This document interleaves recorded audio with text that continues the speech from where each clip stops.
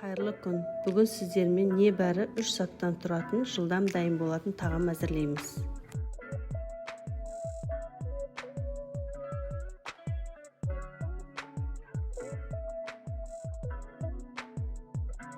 Бұл жерде біз картоп, пияз, бауыр.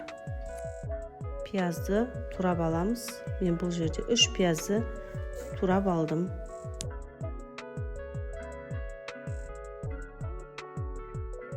Майымызды міндетті түрде қыздырып қоямыз.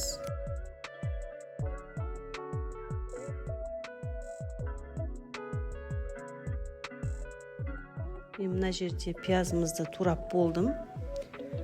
700 грамм картошканы тазалап қойдым, дайындап. Өздеріңіз қалауыңызша бауырды 500 грамм бауырды дайындап қойдым.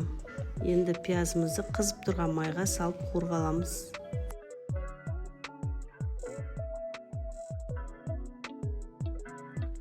Қазанымыздың астын қатты қойып, пиязымызды әбден қуырып аламыз.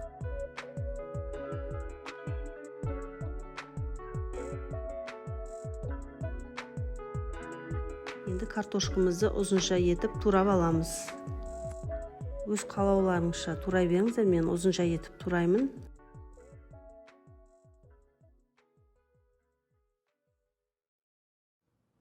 Картошкамызды ұзынша етіп турап болдық. Енді қуырылып жатқан пияздың үстіне саламыз. Екеуін араластырып біраз қуырамыз.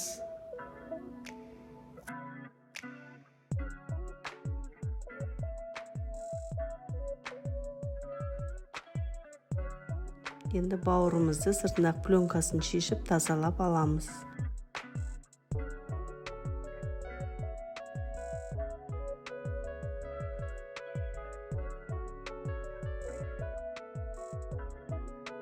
Бауырдың пленкасы осылай оңай шешіледі. Енді бауырымыздың пленкасын шешіп, картошка пішінді етіп, сопақша етіп турап аламыз.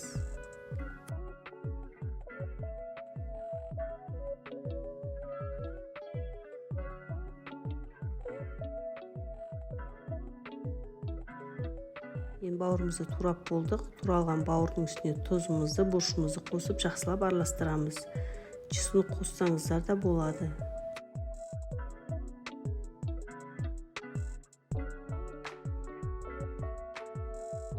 Дайын болған бауырымызды картошка пияздың үстіне салып, араластырып, 5 минут қойып қоямыз. Дайын болған тамағымыздың үстіне пиязымызды, аскөгімізді турап дайындап қоямыз. Менде укроп, петрушка и ащы бұрыш, острый перец деймін, соларымызды турап дайындап қоямыз.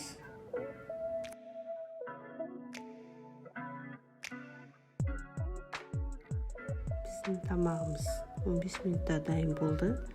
Енді тамағымыздың дәмін көрейік. Ал бәрімізге ас болсын. Сіздерге де кеңес беремін. Осылай жылдам 15 минутта дайын болатын тамақты дайындап көрсеңіздер болады.